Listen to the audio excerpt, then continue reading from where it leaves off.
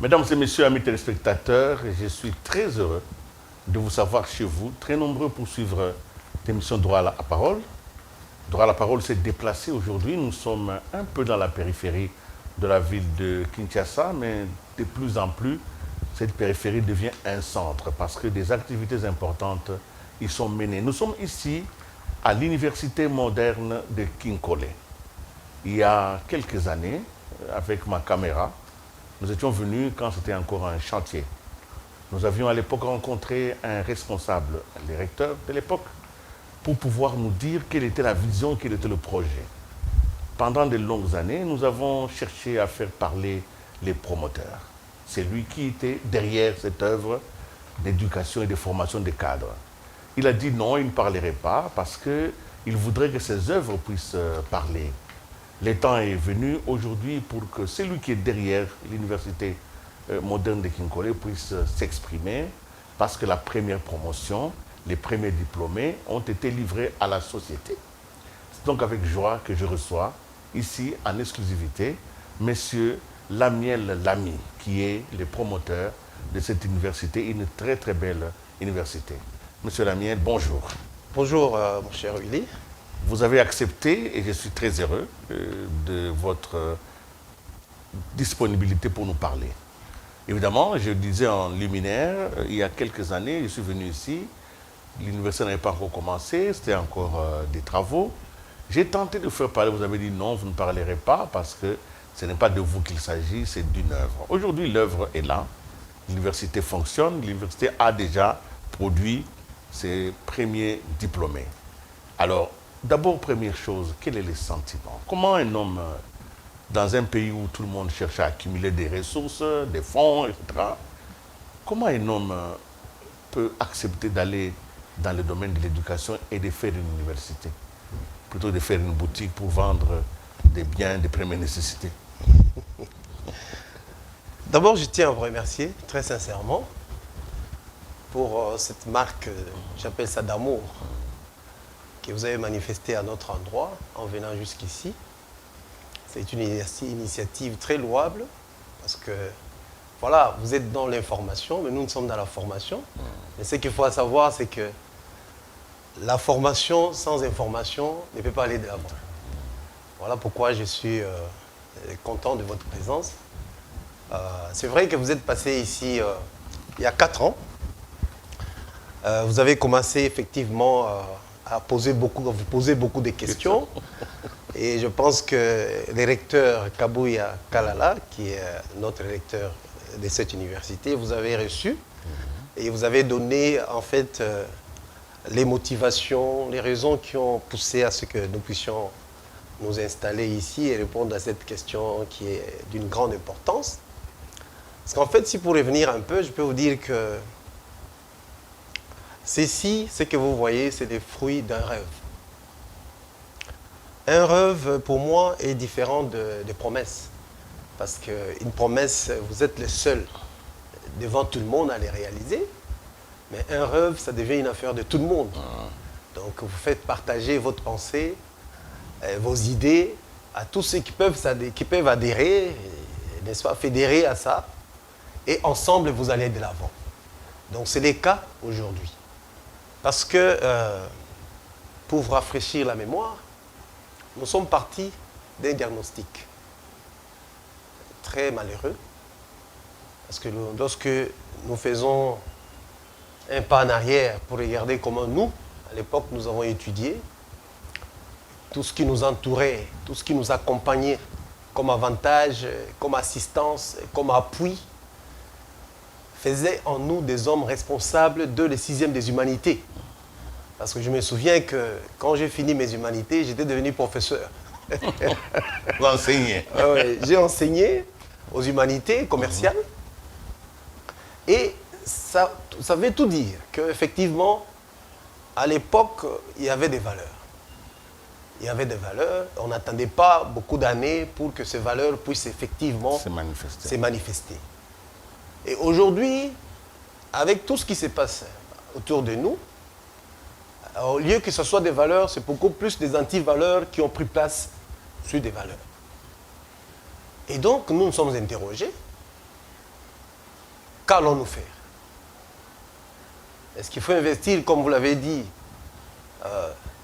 dans de grandes salles, dans d'autres avantages, des flats et autres? Non, nous avons dit, bon, il faut peut-être créer et recréer cet homme nouveau, un nouvel homme congolais. Et qui, pour nous, la filière ou la voie est celle de la formation. Donner encore la chance à ces pays pour que ces pays puissent compter parmi les enfants, parmi, n'est-ce pas, ces élites, ceux qui ont encore une moralité en place, une personnalité, des compétences, un esprit de leadership et d'entrepreneuriat, et des gens qui peuvent, dès la sortie de l'université, enfin, conjuguer le verbe entreprendre. En tout cas, pour ceux qui nous suivent, ils se demandent, mais finalement, l'ami Lamiel, c'est qui? Qui est-il pour parler si bien? Laissez-moi vous présenter mon invité. Je n'ai pas fait au début. Je voudrais d'abord que vous goûtiez à ces fruits, les fruits de sa pensée. Alors, Monsieur Lamiel, vous êtes un intellectuel. Vous avez fait votre université en économie. Vous avez donc une licence en économie appliquée, option gestion financière. Vous avez terminé dans la grande université de Lubumbashi. Vous avez donc commencé une expérience professionnelle extrêmement très bien. Vous avez été directeur, chef de service à la Direction générale des impôts. Vous avez été directeur chef de service donc avec comme compétence d'analyse et fonction des plans de trésorerie. Après cette fonction importante, vous avez été ordonnateur délégué du gouvernement. C'est un poste clé dans la gestion des finances publiques de l'État congolais. Vous avez été chargé des études du suivi et mobilisation des recettes. Vous avez été chargé d'études fiscales, économiques, financières et administratives. Vous avez été chargé d'analyse et notes techniques ou explicatives à l'intention de la haute hiérarchie. Vous avez donc aussi été administrateur à la Banque centrale du Congo. Vous avez même été gouverneur suppléant à la Banque africaine de développement BAD pour la République démocratique du Congo. Vous avez été membre du comité d'orientation d'Afritac Centre, membre effectif de l'Association internationale des services du Trésor, promoteur et président, comme nous l'avons dit, du conseil d'administration de l'Université moderne de Kinkole. Vous avez d'autres formations à ajouter à ce que vous avez eu à l'université. Vous êtes expert en analyse et gestion des projets. Vous avez un certificat de compétences et performances en droit de partage de production de la rente pétrolière. Donc, ce qui fait plaisir aux membres de Géopolis parce que le pétrole, ça nous intéresse. Vous avez une formation de haut niveau en comptabilité. Vous avez une formation des agents et cadres de la direction des grandes entreprises, la DGE, et par les experts de la Banque mondiale. Vous avez aussi d'autres compétences, notamment, vous êtes vérificateur polyvalent des impôts. Votre CV est très long. Si je commence à le parcourir, je finirai peut-être certainement les minutes qui sont accordées à cette émission. Vous êtes donc quelqu'un qui manipulait très bien les chiffres. Vous êtes quelqu'un qui manipulait, qui connaissait la fragilité de notre économie. Mais vous avez choisi la formation, donc de commencer par la base. Aujourd'hui, 4 ans après, quel est votre sentiment? Votre rêve a été-il partagé de manière heureuse? Ou bien, quelque part, on vous dit, j'aurais dû faire autre chose? Et, vous savez, un rêve reste un rêve. C'est lorsqu'il s'accomplit que vous pouvez dire que vous êtes un homme satisfait, un homme accompli. Donc, étant donné que nous sommes justement à mi-chemin, nous sommes encore en train d'avancer, et donc je dirais tout simplement que je suis satisfait, mais pas totalement, parce que c'est une marche. Nous sommes en train d'avancer. Voilà. Quand je suis venu la fois passée, vous aviez des atouts. Vous avez dit que l'université moderne de Kinkole avait des atouts parce que non seulement il était à 2 minutes de l'arrêt de bus, les Transco qui desserrent Kinkole et le centre-ville étaient pratiquement disponibles toutes les 30 minutes, il y a un bus. Donc les étudiants pouvaient venir ici. Mais j'ai quand même constaté que l'engouement n'était pas celui espéré. Pourquoi? Bon, effectivement, vous savez, je vous ai parlé d'une vision. C'est un travail de longue haleine. Nous sommes à Kinkole, c'est un milieu, je peux dire, périurbain. Nous sommes excentrés, un peu loin de la ville. Nous sommes dans un milieu qui, on peut dire, économiquement défavorisé, hein, du point de vue de la population. Et donc, la vocation, donc je vais dire, de la population ici, à Kinkole, c'est la pêche. Beaucoup d'enfants terminent, mais n'ont pas assez de moyens pour aller à l'université. Pour aller à l'université. Et donc, nous avons fait ce qu'on appelle une pulsion morale. C'est-à-dire, en d'autres termes, nous sommes en train de forcer des gens, par notre présence ici, pour leur dire qu'ils peuvent faire quelque chose. Ils peuvent être capables, donc, de voir un peu plus loin l'horizon et d'essayer. Et donc, la population ici, nous nous sommes installés à Kinkole parce que la vision nous a envoyés ici. Lorsqu'il faut recréer l'homme, un nouvel homme, il faut lui choisir de l'espace. Il faut lui choisir des moyens tant humains, matériels et même financiers, pour que cela se réalise. Donc l'espace Kinkole pour nous était indiqué. Parce que, imaginez-vous, planter cette université au centre-ville, ou dans des communes où, en tout cas comme vous connaissez Kinshasa, où l'ambiance des fêtes est à son comble, à tous les jours, il y a la musique et tout, mais depuis que vous êtes ici, nous sentons le silence. Ce sont des oiseaux et je vais dire l'air qui souffle sur le fleuve. C'est ça qui fait du bruit ici. Il n'y a pas de bruit. Donc les conditions par rapport à ça sont réunies. Maintenant, sur cet aspect des mobilisations, tout simplement par rapport aux hommes, par rapport à ceux-là qui doivent venir. Je vais vous dire, M. Willy, que cette vision ne vise pas la quantité. Nous visons la qualité. Et je vous dis que, sincèrement, les enfants qui fréquentent cette université méritent. Ce sont les enfants d'abord dévoués, déterminés, animés par une volonté d'apprendre, malgré les difficultés. Je vous ai fait allusion tout à l'heure, mais ils sont là. Et ça nous plaît. Vous allez peut-être poser la question, vous-même à ces étudiants, ils vont vous raconter. Ils ont la grâce d'avoir devant eux des grands professeurs de l'université, des autres universités qui viennent. Bien sûr, déjà, quand on parle de M. Kabouya comme recteur, c'est le maître pour beaucoup de générations. Exact. Donc ces enfants ont la grâce d'avoir devant eux des grands professeurs, que moi j'appelle des maîtres. Parce qu'ici, même sur ce point, je vous ai parlé, quand on parle de rêve, il faut réunir, c'est vraiment la combinaison à la fois des moyens. Les premiers moyens que nous mettons en œuvre ici et en exergue, c'est humain. La qualité des professeurs que nous avons.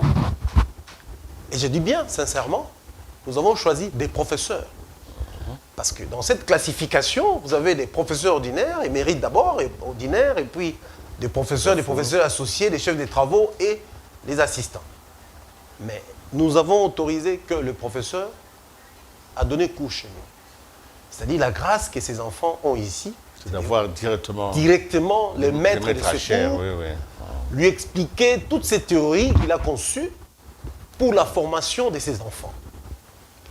Et c'est ça l'une des grandes particularités de cette université. Et donc, pour nous, ce qui prime, c'est beaucoup plus la qualité et non le nombre. Mais nous y croyons, sincèrement.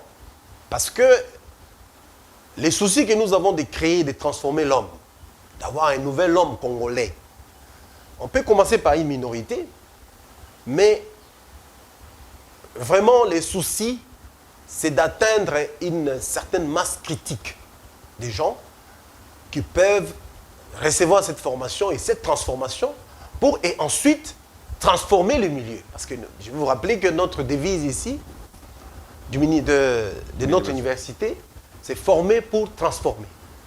Donc, vous venez, vous êtes formé, et à votre tour, vous allez transformer votre milieu. Et c'est ça que nous comptons. Alors, une des maladies qui gangrène les systèmes universitaires dans notre pays, c'est la corruption.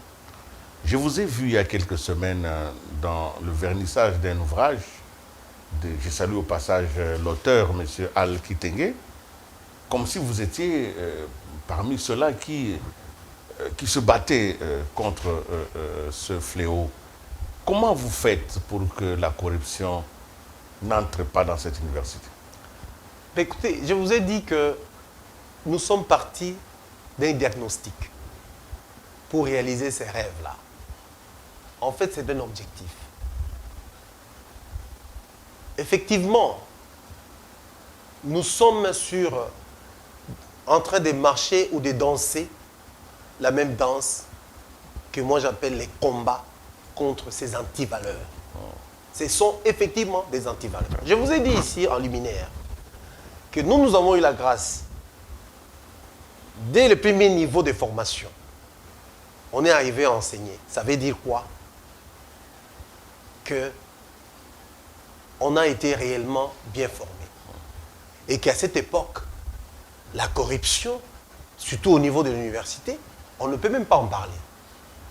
Au niveau des écoles primaires, secondaires, on ne peut pas en parler. Et donc, nous avons l'avantage, M. Willy, qu'avec le petit nombre que nous avons ici, nous puissions effectivement inculquer ces valeurs-là.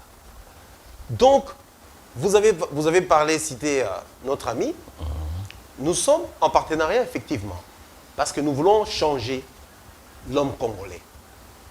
Et c'est à travers ces travaux de formation que nous allons matraquer sérieusement, parce qu'avec ces partenaires, nous comptons installer également ici une équipe qu'on appelle un groupe des intègres.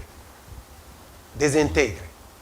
Donc, un travail qui va porter sur le travail de mentalité, de la morale, et je vais dire même de l'éthique, de la déontologie, et même des comportements, donc tout ça.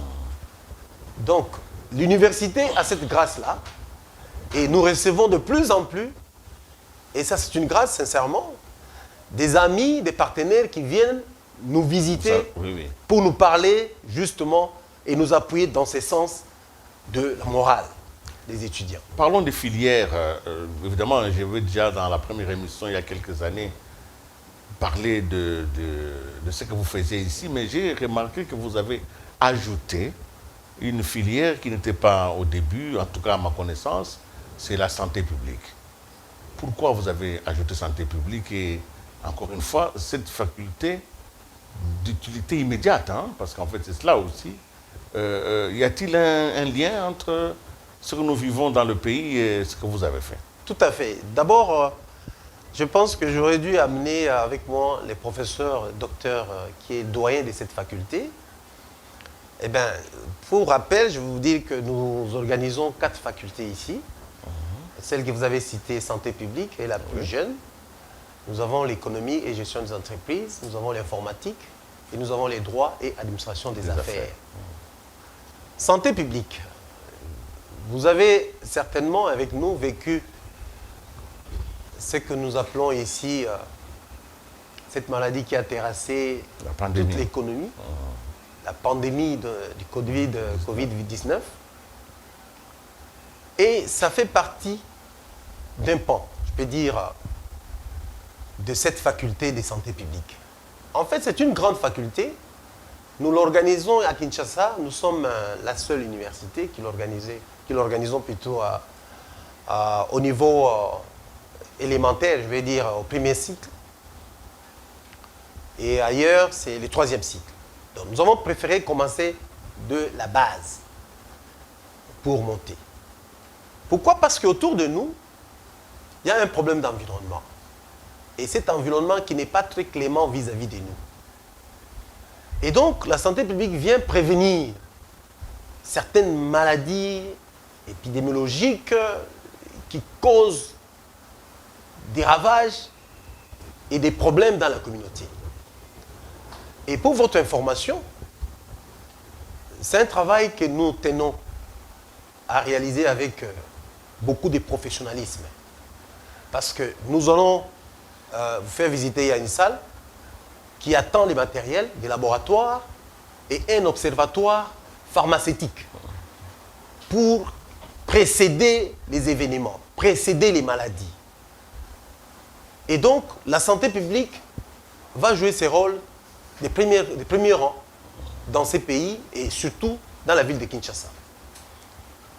Et peut-être je vous donnerai l'occasion de parler avec le professeur doyen, oui, qui maîtrise bien ces secteurs et qui vous dira, qui vous donnera les contours de cette faculté que nous trouvons, qui est vraiment la bienvenue et qui tombe à point nommé. Quelles sont les difficultés rencontrées dans ce parcours? Je sais que vous êtes un homme optimiste. Je sais que par philosophie de vie, vous ne voulez jamais parler des problèmes. Mais là, vous vous adressez à un grand auditoire, les autorités qui nous suivent, les bonnes volontés. Peut-être que ce qui est un problème pour vous est une solution ailleurs. Donc, vous l'avez dit, formation et information vont de pair. Lions un peu cela. Quelles sont les difficultés? Bon, en tout cas, vous savez, telle œuvre ne peut pas passer inaperçue et ne pas avoir des difficultés. Elles sont énormes. D'abord, c'est la prise en charge. La prise en charge, comme vous savez, nous avons des étudiants qui sont très intelligents ici. Et ceux qui brillent, qui excellent, sont boursiers, supportés par l'université. L'université accorde des bourses? Oui. Les meilleurs étudiants sont supportés par l'université. Nous avons un seuil. Ceux qui font 80%, 70,5%, l'université a décidé de leur accorder la bourse. Et je vais vous étonner, c'est parmi les enfants les plus pauvres. Souvent, c'est que le cas. Voilà. Et nous ne pouvons pas perdre ces enfants parce que la vision, l'ambition, la volonté, la vocation était celle, justement, de donner de la valeur, de l'espoir à ces enfants qui avaient perdu, n'est-ce pas, à un moment donné, l'accomplissement, l'idée de peut-être réaliser ces rêves-là. Et donc, nous accompagnons ces enfants-là. Et donc, les difficultés, c'est que aussi, la prise en charge des enseignants. Ça coûte énormément cher à l'université, d'autant plus que ces mêmes enfants, comme nous l'avons dit, avec leurs difficultés, n'arrivent pas à payer les frais qui conviennent. Les frais qui conviennent. Et il faut signaler que nous avons les frais les plus bas de la ville. Étant donné notre localisation, nous avons essayé de tout faire pour que ces enfants, ces frais soient payés quand ils veulent. C'est-à-dire tout ce qu'ils reçoivent. Il a 50 $, il va payer. Il a 20 $, il va payer. Il n'y a pas de délai. C'est juste pour les encourager, leur donner cette envie. En d'autres termes, c'est une gratuité affective que nous accordons à la population d'ici. Et donc, quand il veut, quand il a les moyens, il vient, il paye. Et ça nous permet également de compléter quelques enveloppes qu'il faut pour souder ces efforts. Donc, vous avez gagné le droit d'être appuyé parce que vous avez montré votre bonne volonté et vous faites des choses sans attendre forcément que vous en tiriez quelque chose. Je voudrais donc lancer au nom de notre conscience collective un appel à ceux de bonne volonté qui peuvent venir appuyer cette œuvre. Par exemple, le parrainage, on peut parrainer des enfants ici. Exact. Vous pouvez être en Europe, en France, à Paris, voilà. Moi, je prends deux étudiants de l'Université moderne de Kinkole. Je peux aider et ainsi, parfois, ce que vous jetez dans vos poubelles peut servir de fer-banc dans d'autres cerveaux. N'hésitez pas surtout. Nous allons vous donner les détails pour que vous puissiez directement entrer en contact avec l'université. Monsieur le promoteur, nous allons progressivement vers la fin de cet entretien. Mais je sais que quelque part, vous avez une idée, un message profond à transmettre d'abord au numéro 1 d'entre nous, les chefs de l'État. Parce que je sens qu'il y a quand même un lien entre ce qu'il a proposé, gratuité de l'éducation au niveau de base, et ce que vous faites ici pour l'université. Quel serait le message que vous pouvez lui adresser à lui, le numéro 1 de nous tous? d'entre nous. D'abord, c'est avec beaucoup de respect que je vais lui adresser cette parole. J'apprécie d'abord la politique qu'il est en train de mener dans notre pays, celle de la rupture. Quand on parle de la rupture, ça s'attache à notre idée de dire on voudrait voir créer dans ces pays un nouvel homme congolais. Et ça ne peut pas y aller sans un accompagnement quelconque. Fédération des idées importantes, fortes. Nous l'appuyons dans cette politique. Mais sincèrement, nous sommes ouverts. Nous sommes ouverts, nos étudiants ne sont pas nombreux. Tout ce dont on a besoin, c'est d'appuyer tout simplement les efforts des enseignants ici. Parce que nous les faisons seuls, mais il faut dire que ces enseignants sont des personnes qui ont accepté de nous accompagner. J'appelle ça des fois un sacerdoce. Il y en a qui acceptent de ne pas être payés. L'équipe de staff que nous avons ici se sacrifie, refuse d'être payé et préfère qu'on paye d'abord les professeurs et ensuite. Et donc, ce sont des consciences, ce sont des âmes qu'il faut soigner. Et je pense que les sacrifices que nous avons démontrés en investissant ici, en oubliant de faire une salle de fête ou un flat ou autre, qui sont aussi des investissements qui sont importants. Mais nous avons pensé à investir sur l'homme. Notre capital ici, c'est l'homme. Les produits que nous sortons ici, c'est l'homme. Et c'est cet homme-là qui attire l'attention de toute autorité. Et sur qui l'autorité doit, en tout cas, focaliser ses efforts pour que demain soit meilleur. Donc, c'est juste un appel que je lance, un appui, quel qu'il soit, et nous allons donc tout simplement être contents. Le chef vous aura certainement entendu. Monsieur Lamiel, merci. Merci de nous avoir accordé ces moments. Nous avons compris que vous êtes un homme d'action. Nous avons compris que même la parole, vous la pesez, vous la sous-pesez. Nous ne pouvons que vous encourager parce que c'est un secteur d'avenir. Former les matériaux humains pour le développement est un devoir sacré. C'est comme ça que nous vous félicitons au nom de tous ceux qui, d'une manière ou d'une autre, sont entrés en contact avec votre œuvre et nous pensons que nous allons vous accompagner en tant que médias pour que votre message aille de l'avant. Merci donc encore une fois de votre sollicitude. C'est moi qui vous remercie. Merci. Merci beaucoup, M. Uli. Voilà, c'est donc la fin de cet entretien. Il a été relativement court parce que les choses les plus importantes n'ont pas besoin de beaucoup de mots pour être dites. Et tout ce qui était essentiel a été dit. Nous sommes à l'université moderne de Kinkole, une université qui, d'une certaine manière, est en train de révolutionner ce qui est aujourd'hui le matériau humain de notre développement. Vous avez des enfants, ils sont intelligents, vous avez des jeunes qui traînent en ville, qui attendent d'aller dans d'autres horizons. En attendant, pourquoi ne pas passer à l'université moderne de Kinkole et prendre une inscription? Nous ne faisons pas de l'apologie, mais nous estimons que là où on peut connecter les personnes intéressées au savoir utile, nous ne pouvons pas hésiter. C'est mieux de faire la publicité pour la formation que la publicité pour la consommation. Merci et à la prochaine.